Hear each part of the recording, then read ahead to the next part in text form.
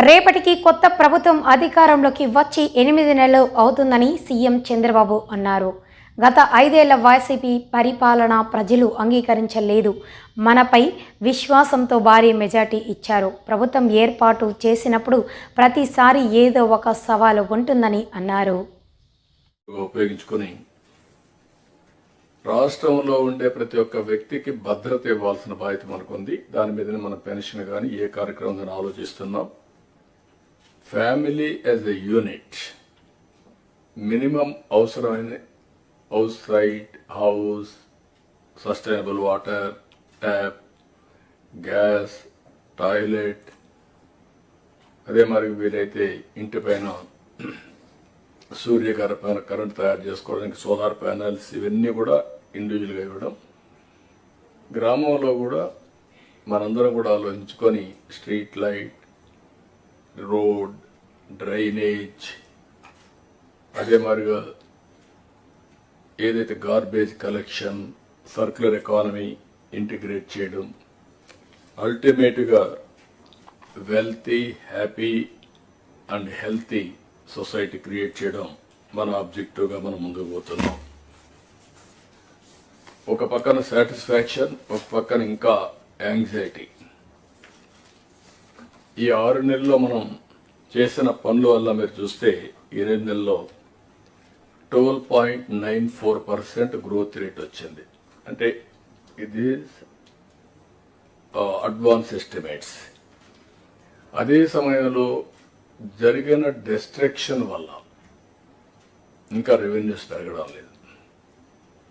ఈరోజు కూడా నేను చూస్తే ఒక సంవత్సరం ఇండస్ట్రియల్ గ్రోత్ రేట్ చూస్తే అన్ని స్టేట్స్ కాస్తో కూస్తో పాజిటివ్గా ఉన్నాయి.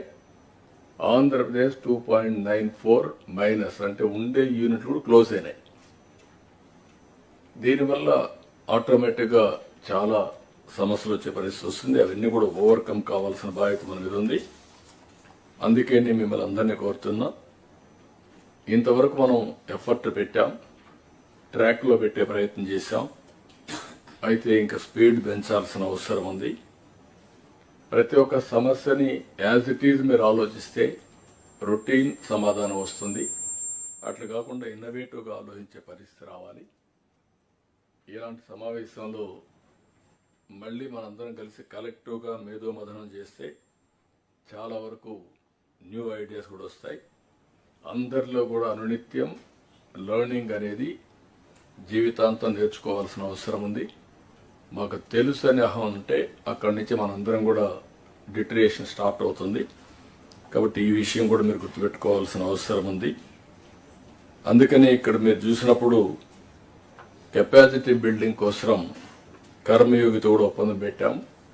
ట్రైనింగ్ కూడా మాడ్యూల్స్ తయారు చేశారు. మంత్రులు కానీ, సెక్రటరీస్ కానీ, మీ డిపార్ట్మెంట్ కానీ పర్ఫార్మెన్స్ అప్రైజల్ రావాలంటే, కరెక్ట్గా రావాలంటే డౌన్ బిలో ఉండే మెకానిజాన్ని మొత్తం మీ మెషినరీ అంతా కూడా గ్యారప్ చేయాల్సిన బాధ్యత ఉంది.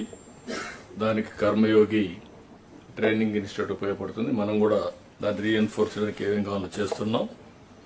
ఫైల్డ్ క్లియరెన్స్ పైన కూడా గవర్నమెంట్లో ఈరోజు ఆన్లైన్ ఫైల్స్ ఉన్నప్పుడు కొంతమంది వ్యక్తులు కానీ, సెక్రటరీలు కానీ ఇండెఫినెట్ టైం 1 year 6 months తీసుకునే పరిస్థితి వస్తున్నారు. 3 months అట్లా.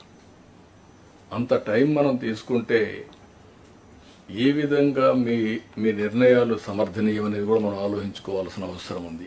ఇప్పుడు క్లారిటీ ఉంది. లాస్ట్ మైల్లో ఏ వ్యక్తి ఎన్ని రోజుల్లో ఫైల్ క్లియర్ చేశాడు కూడా క్లారిటీ వస్తుంది. ఎందుకు క్లియర్ చేయలేదు కూడా మీకు ఒక అవగాహన ఉంటుంది. హైరార్కీ వైజ్ మీరు చూసుకుంటే కన్సర్న్ మినిస్టర్స్కి ఆ డిపార్ట్మెంట్లో మొత్తం యాక్సెస్ ఉండే పరిస్థితి వస్తుంది. అదే సమయంలో కన్సర్న్ సెక్రటరీస్కి మీ డిపార్ట్మెంట్ అంతా ఉంటుంది. నాకైతే మొత్తం కూడా వచ్చే పరిస్థితి వస్తుంది. దయచేసి మనందరం ఫైల్స్ అన్నీ కూడా వేగం పెంచాలి, డెసిషన్స్ తీసుకోవాలి. మొన్నే నేను ఆ డేటా కూడా జస్ట్ ఆ రోజు నాకు ఒక ఐడియా వస్తే రిలీజ్ చేశాను. అయితే ఇదేదో నేను కొంతమంది వ్యక్తుల్ని ఎత్తి చూపడానికి కాదు, వ్యవస్థని మెరుగుపరచడానికి, దీన్ని సమర్థవంతంగా ముందుకు తీసుకుపోవడానికి మనం ఆలోచిస్తున్నాం. ఇంకొక పక్కన మీరు చూస్తే వేరియస్ మోడల్స్ వచ్చాయి గవర్నమెంట్ ఆఫ్ ఇండియాలో. నీతి ఆయోగ్ మనం కూడా వచ్చినప్పుడు ఒకప్పుడు పీపీపీ మోడల్ ఉన్నాం, ఇప్పుడు వైబిలిటీ గ్యాప్ ఫండింగ్ ఇస్తున్నారు, ఎఫ్పిఓ వచ్చింది, ఎంఎస్ఎంఈలకు డెఫినేషన్ మార్చారు. ఇవన్నీ కూడా వచ్చినప్పుడు అవన్నీ కూడా ఏ విధంగా ఎవ్రీ డిపార్ట్మెంట్ ఏ విధంగా ఉపయోగించాలనో మనం ఉపయోగించే పరిస్థితి రావాల్సిన అవసరం ఉంది. గవర్నమెంట్ ఆఫ్ ఇండియాలో కూడా ఫస్ట్ మూవర్ అడ్వాంటేజ్ మనం తీసుకోవాలి.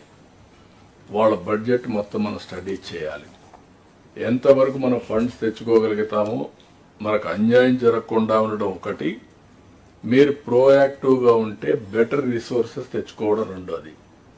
అన్ని గవర్నమెంట్స్ యూనిఫామ్గా పనిచేయవు. అక్కడ ఏ డిపార్ట్మెంట్ అయితే ఏ గవర్నమెంట్ సరిగా పనిచేయదో అక్కడ కానీ మీరు పనిచేసి మళ్ళా క్లెయిమ్ చేయగలిగితే, ఈవెన్ గవర్నమెంట్ ఆఫ్ ఇండియాలో ఒక 1% 2% ఫండ్స్ మీరు తెచ్చుకోగలిగితే that will be a big boost for అస్.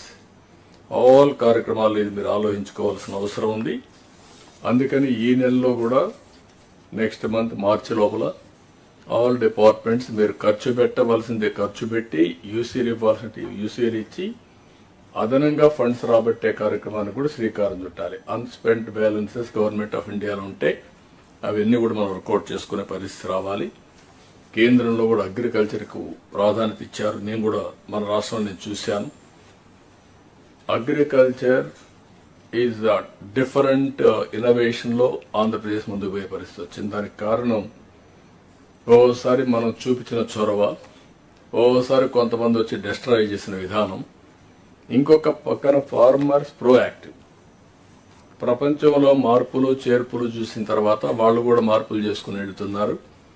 అందుకే ఈరోజు ఆంధ్రప్రదేశ్లో మీరు చూస్తే ఒక పక్క అక్వా కల్చర్, ఒక పక్క హార్టికల్చర్, ఒక పక్క పామ్ ఆయిల్, ఒక పక్క coffee, all commercial crops we are moving forward.